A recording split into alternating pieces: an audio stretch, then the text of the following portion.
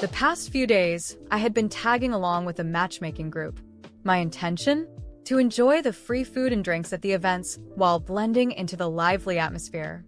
Honestly, I wasn't there to find love, but rather to amuse myself by observing the dating habits of modern bachelors and bachelorettes.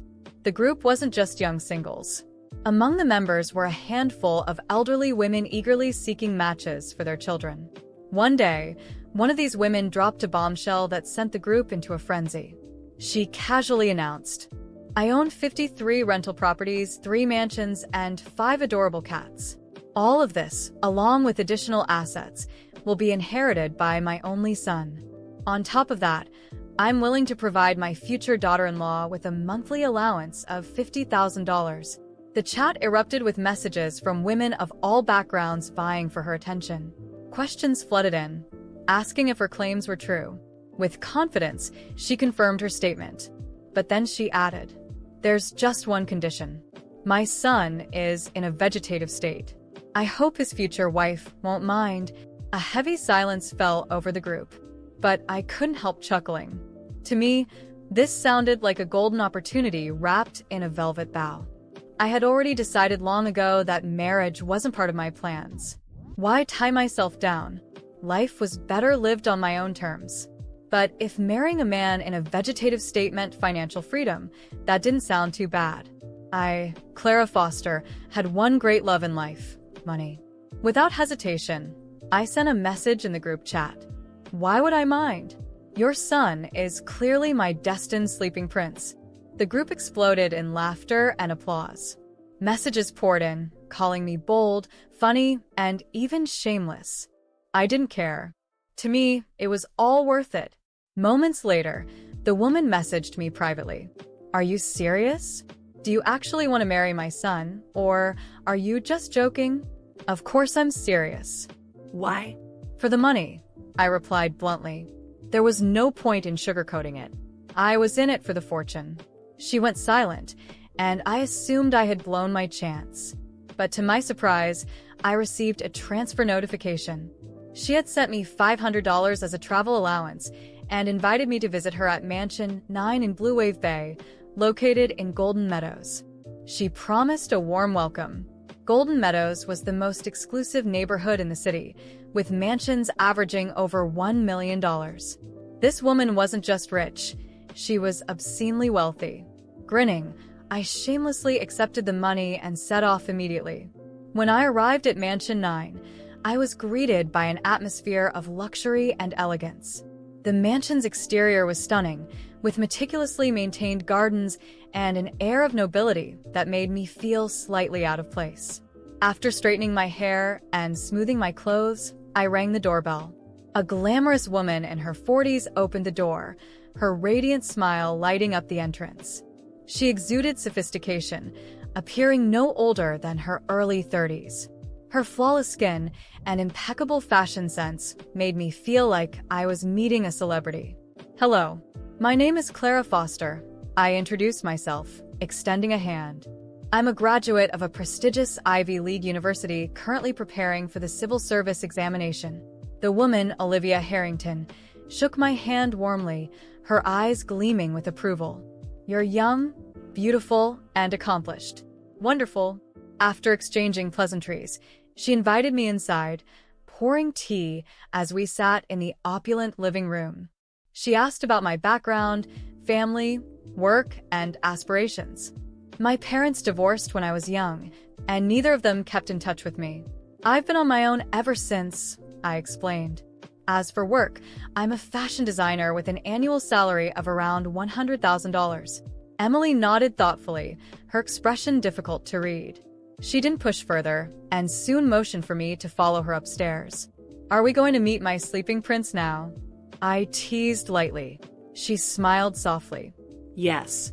"My son is also my precious sleeping prince." We climbed to the 3rd floor and entered a bedroom. I wasn't expecting much. I had already steeled myself for a purely transactional relationship. I didn't need romance or affection. All I needed was to secure the arrangement and fulfill my part. But the moment I saw him, my breath caught.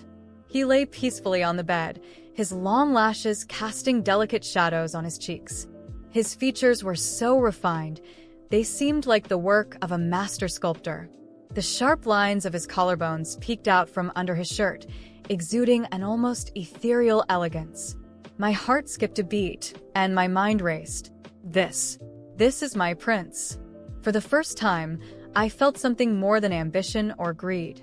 Was it excitement? Was it attraction? Whatever it was, one thing became clear. This was not going to be as straightforward as I had imagined. I never expected my sleeping prince to be so breathtakingly handsome. He looked like he had stepped out of a magazine. For years, I had been indifferent to men, but now everything seemed different. Perhaps the rumors were true. Appearances really did have a strange power over us. Emily, the poised woman at his bedside, gently held her son's hand, patting it softly as she glanced at me. Her voice was calm, but her eyes betrayed a deep sadness. Isabella, this is my son, Marcus. His father passed away when he was just a child. I prayed for him to grow up strong and healthy, but fate had other plans. Her voice wavered, and tears filled her eyes as she stared at Marcus's still form. A wave of sympathy washed over me.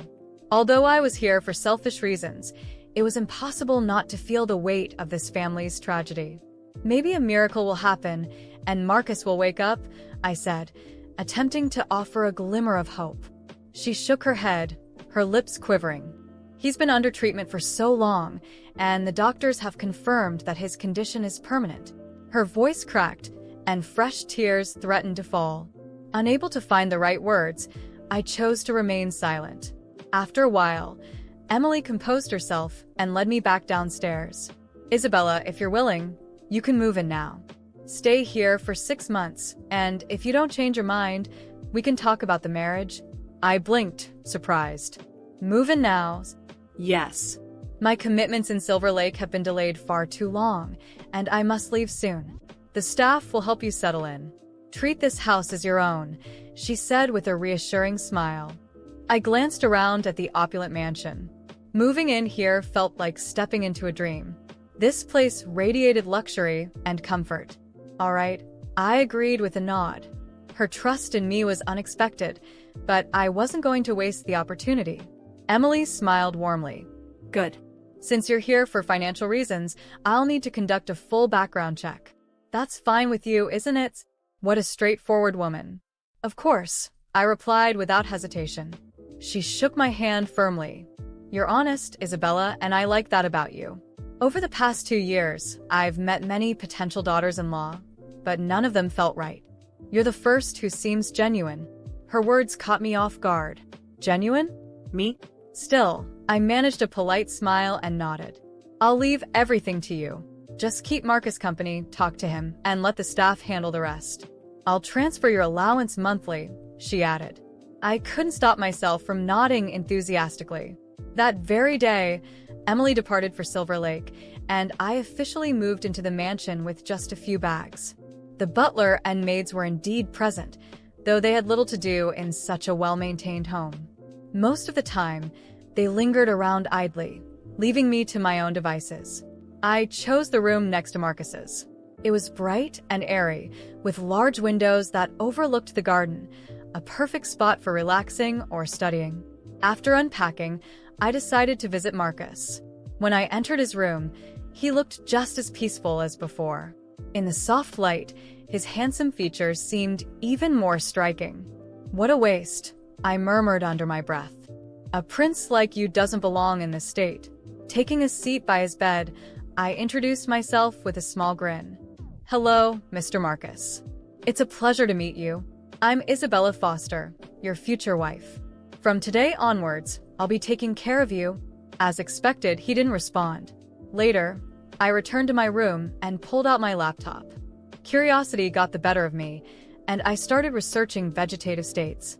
I learned there were 3 types. One where patients had minimal consciousness, another where they could open their eyes subconsciously but remained unaware, and the last, a permanent vegetative state, where no consciousness remained at all. Unfortunately, Marcus fell into the 3rd category.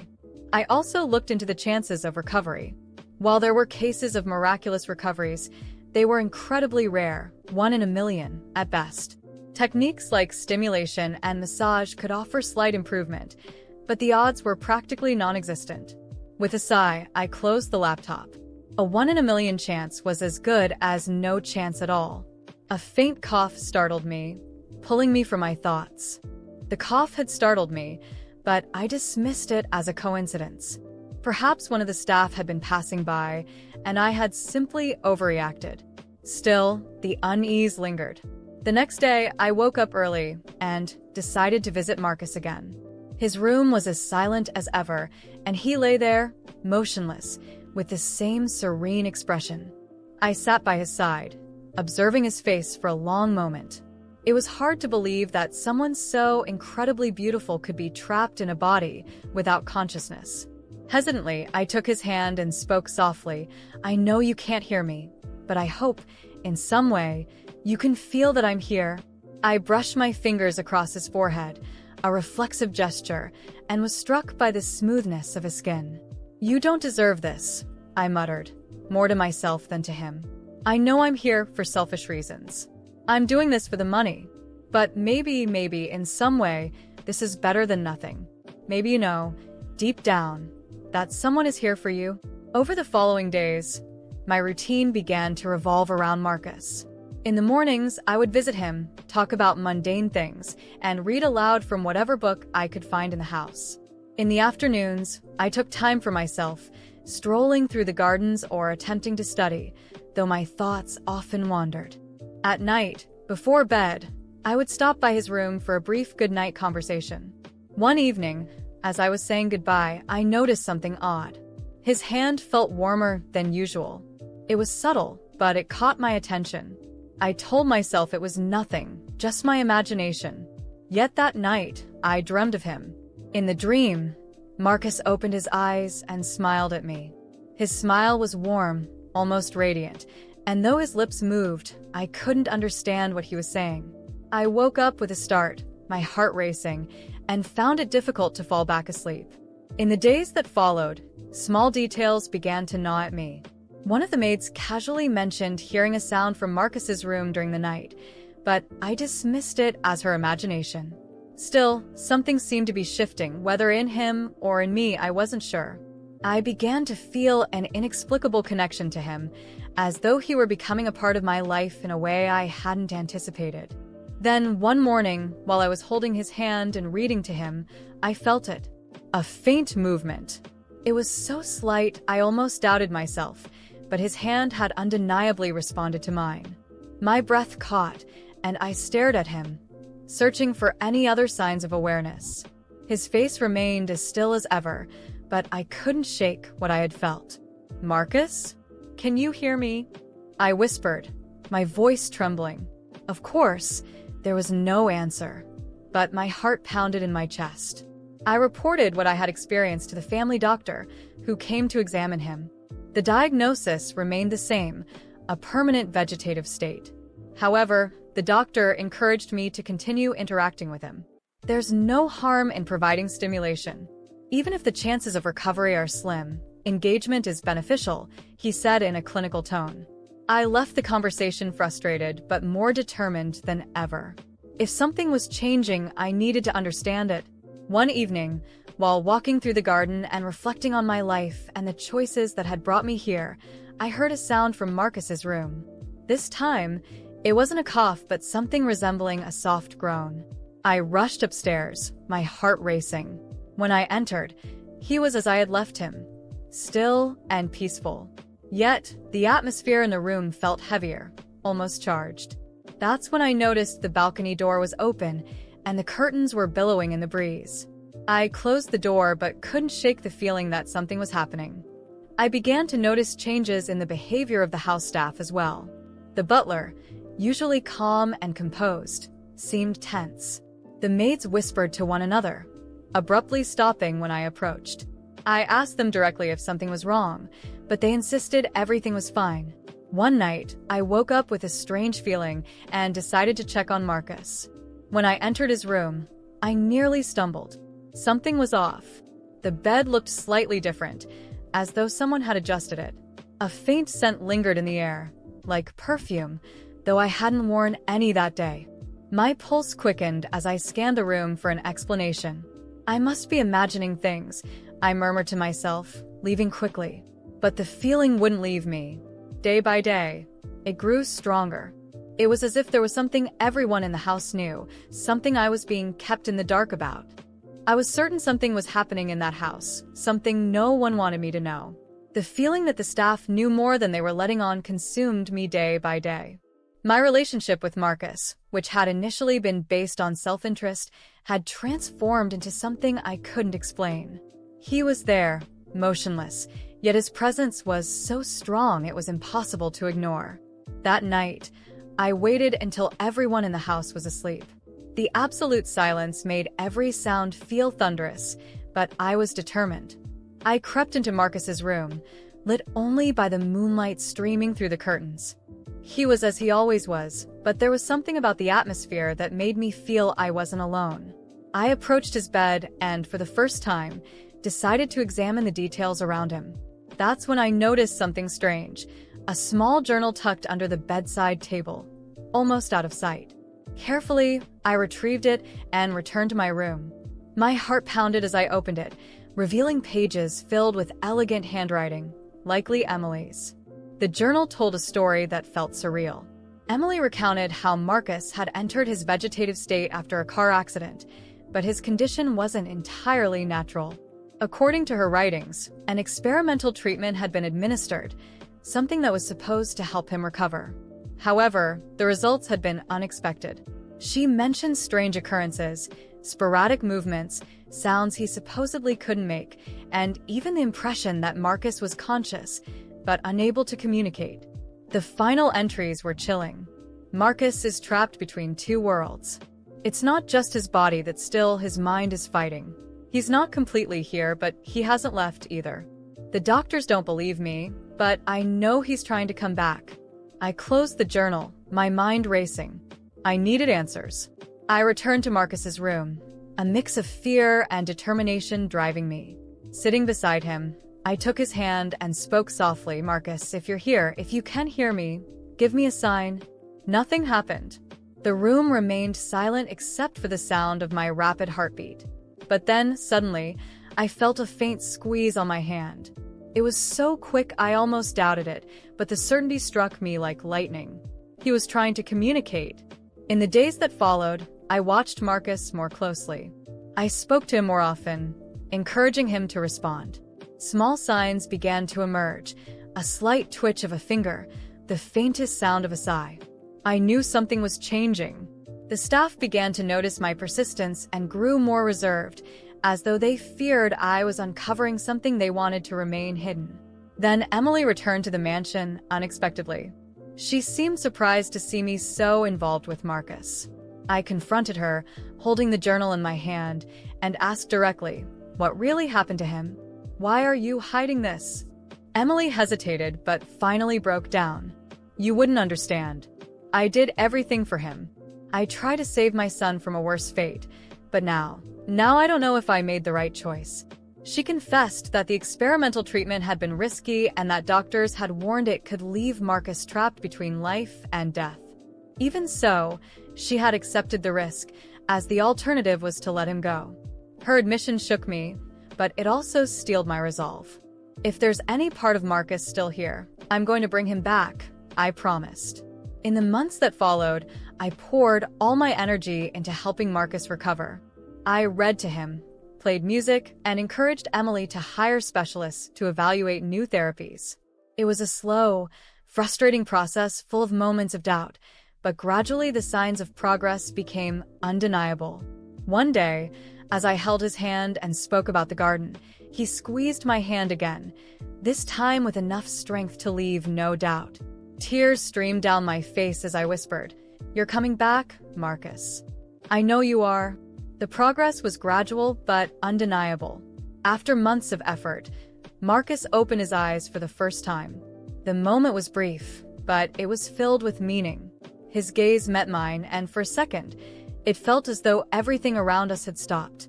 He tried to speak, but only a raspy sound came out. Even so, it was enough to fill me with hope. Emily wept with relief at seeing her son finally show signs of consciousness. The mansion, once so silent, became a place of renewed energy. The doctors were astonished, calling it a miracle. But I knew it wasn't just luck. It was Marcus's fight and the connection we had somehow built. In the end, I realized my initial motivation for being there had disappeared. The money no longer mattered. I was there for Marcus, for the person he was, and the life he still had ahead of him. As he continued to fight, I promised to stay by his side, not because I had to, but because I wanted to. What had begun as a cold agreement had turned into something real. Marcus was coming back, and I knew that together, we could face anything.